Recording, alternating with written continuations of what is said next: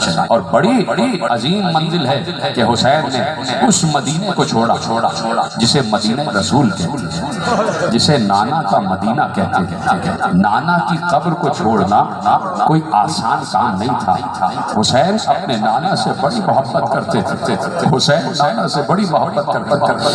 حسین اپنے نانا کے سینے پر سویا کرتے تھے، بچپن میں نانا کا سینہ تھا اور حسین کا سینہ تھا۔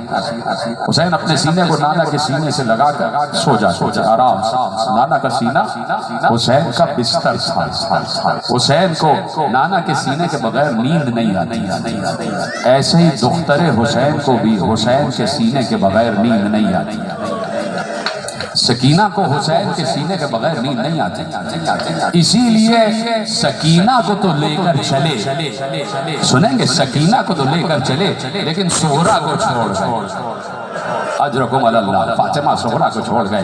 جانا ہے بہت کڑی منزلیں ہیں، بہت عظیم منزلیں ہیں۔ نانا کی قبر پر آئے، رخسار قبر رسول پر رکھ دیا، اتنا روئے کہ غش آ گیا۔ حسین کی آنکھ بند ہو گئی، خواب میں نانا کو دیکھا۔ حسین وعدے کے ایفا کا وقت آ گیا، وعدہ پورا کرنے کا وقت آ گیا۔ حسین اللہ تمہیں اپنی راہ میں مقتول دیکھنا چاہتا ہے۔ حسین ایک بار آنکھ کھول کر بیدار ہوئے اور بیدار ہونے کے بعد بہن کو سینے سے لگا لیا۔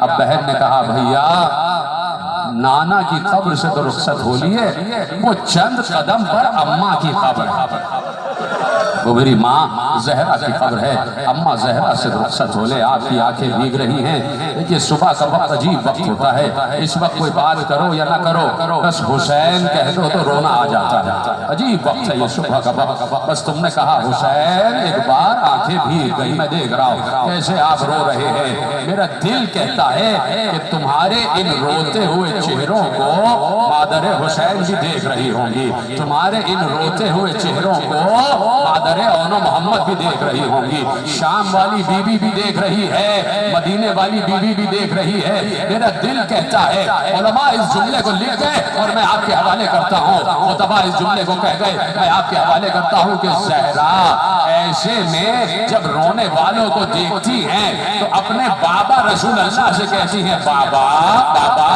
انہوں نے حسین کو ذبح ہوتے ہوئے دیکھا نہیں ہے، انہوں نے سکینہ کو تماچے لگتے ہوئے دیکھا نہیں ہے، انہوں نے حسین کو رخصت ہوتے ہوئے دیکھا نہیں ہے، پھر بھی ایسے رو رہے ہیں جیسے ان کے گھر کا غم ہو۔ اجرکم اللہ، ایسے ہی گریہ کرتے جانا میرے عزیزو، ایسے ہی گریہ کرتے آؤ میرے ساتھ۔ ہاں حسین مدینہ چھوڑ رہے، وہ 2 قدم پہ میری اماں زہرا کی قبر، 2 قدم پہ اماں زہرا کی قبر ہے۔ یہ چھوٹا سا قافلہ چلا، یہ چھوٹا سا قافلہ شب کی تاریکی میں چلا، پردے کا انتظام بڑا سخت تھا، حالانکہ 2 بہنیں جا رہی تھی، پردے کا انتظام بڑا سخت تھا، اس لیے سخت تھا کہ عباس زندہ تھا، اس لیے سخت تھا پردے کا انتظام کہ عباس موجود ہے۔ عباس پردے کا انتظام، عباس کے ہاتھ میں تلوار ہے اور عباس پردے کا انتظام کرتے ہوئے اپنی بہنوں کو اپنے جھلوں میں لیتے ہوئے جنت البقیع میں پہنچے۔ اب زینب نے جیسے ہی ماں کی قبر کو دیکھا، زینب کا دل تڑپ گیا، بی بی کا دل تڑپ گیا، تڑپا، شہزادی کا دل تڑپا، اپنی ماں کی قبر سے لپٹ گئی، اپنا رخسارہ قبر زہرا پر رکھ کر ایک جملہ کہا اماں مجھے معاف کر دینا، اماں میں کل سے تمہاری قبر پر چراغ جلانے نہ آ سکوں گی، اس لیے کہ اماں کل میرا ماجایا حسین مدینہ چھوڑ رہا ہے، اماں تم نے مجھ سے وعدہ لیا تھا کہ جدھر حسین جائے ساتھ جانا، اماں میں کل حسین کے ساتھ جا رہی ہوں لیکن وعدہ کرتی ہوں کہ اگر کبھی واپس آنا ہوا تو میں تمہاری قبر پر چراغ جلاؤں۔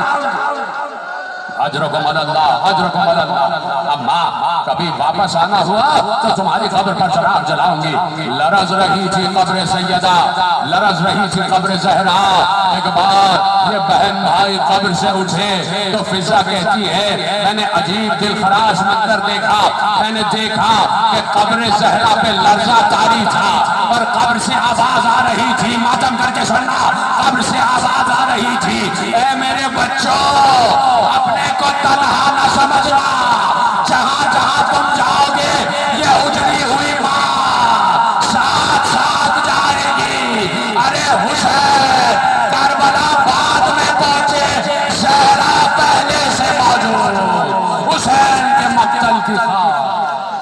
ماتم حسین